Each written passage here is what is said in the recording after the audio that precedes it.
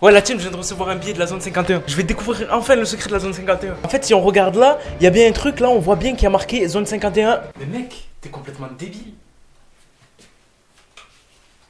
Wesh la team, j'espère que vous allez bien. Aujourd'hui, on se retrouve pour une nouvelle vidéo. On va traiter 3 faits sur la zone 51.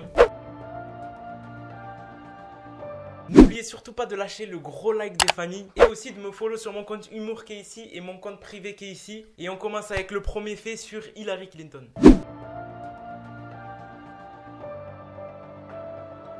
Alors pour tous ceux qui ne savent pas qui est Hillary Clinton, c'était une candidate aux primaires électorales face à Trump. Malheureusement, elle n'a pas gagné. Et en fait, ce qui s'est passé, c'est que le New York Times, c'est un journal américain qui est grave connu, avait fait un article sur elle à propos qu'elle affirmait que les extraterrestres existaient bel et bien. Suite à cet article, elle a été invitée à l'émission de Jimmy Kimmel. Là, l'émission où vous voyez, ils sont assis, ils parlent. Il y a eu plusieurs célébrités qui ont invité, dont Barack Obama. Et dans cette émission, il y a eu plein de questions. Il y a eu plein de questions et il y a eu plein de questions à propos des ufologues. Donc les ufologues, c'est ceux qui se penchent sur les vies extraterrestres, sur les choses qui se passent hors notre galaxie. Et elle a affirmé que la Terre a pu être visitée parce qu'on est au courant de rien et qu'elle allait tout faire pour le prouver et le montrer à l'humanité. Tout d'abord, elle a dit qu'elle allait commencer à déclassifier des documents secrets défense, donc des documents sur la zone 51, des documents sur des affaires extraterrestres qui sont classifiés pour prouver au monde entier que les extraterrestres existent ou du moins prouver l'inverse. Car pour elle, elle a dit concrètement, ça sert à rien de cacher des choses si on sait très bien qu'ils n'existent pas ou à l'inverse. Donc elle est très maligne, Hillary Clinton, mais au final, elle n'a pas pu être présidente. C'est Donald Trump qui est devenu président. Coïncidence. Maintenant, on va passer avec l'affaire de Bob Lazar.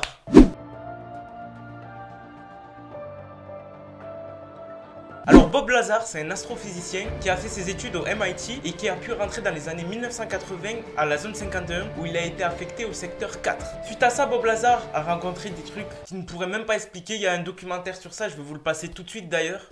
J'ai toujours pensé que les soucoupes volantes étaient le produit d'une imagination fertile. Je n'y croyais pas, ça ne m'intéressait pas. Mais maintenant, j'y crois fermement.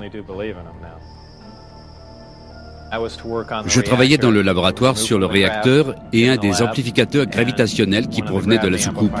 Je passais toutes mes journées dans le laboratoire. Mais un jour, j'ai été autorisé à pénétrer dans le vaisseau afin de voir comment s'intégraient les systèmes dans l'appareil. Il y avait une échelle pour accéder à l'intérieur. J'ignore donc comment le vaisseau se fermait. Et j'imagine simplement qu'ils avaient enlevé le panneau d'ouverture. Manifestement, cet engin était conçu pour être piloté par des êtres d'une taille inférieure à celle d'un homme. C'est à ce moment que l'un des éléments est devenu transparent. Des techniciens étaient présents. J'ignore totalement ce qu'ils faisaient.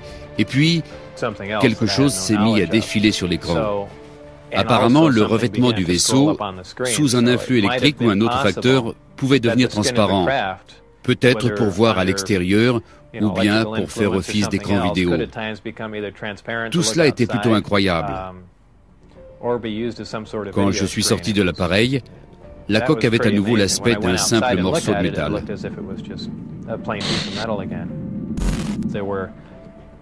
Il y avait 3 sièges.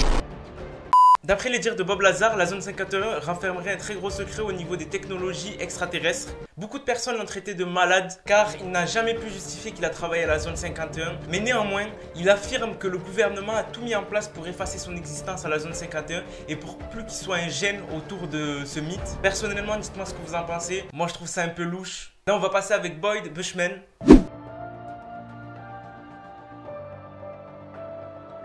Boyd Bushman, c'est un scientifique qui en 2014 avait fait une grosse révélation à travers un documentaire où il nous montrait des photos d'extraterrestres où il affirmait l'existence de celles-ci. Ça a intrigué tout le monde en 2014, tous les journaux sont penchés dessus, les blogs et tout le monde s'est posé des questions autour de ça. Il y a un site d'information québécois qui a mené une enquête autour de ça et qui a trouvé que c'était des photos de collectionneurs et que l'extraterrestre en question sur ces photos c'était juste un mannequin qui venait de la société Halloween FX. Boyd Bushman est mort en 2014, l'année où il a fait cette interview. Est-ce que vous trouvez ça pas un peu bizarre et surtout qu'on affirme que c'est des fausses photos? Je sais pas, coïncidence, je ne sais pas. Sur ce la team, j'espère que vous avez kiffé ce genre de vidéo. N'oubliez pas de lâcher le gros like comme je vous ai dit et de m'inciter en commentaire si vous voulez d'autres vidéos comme ça, moi ça me dérange pas. Et surtout de me soutenir en vous abonnant. Sur ce la team, peace.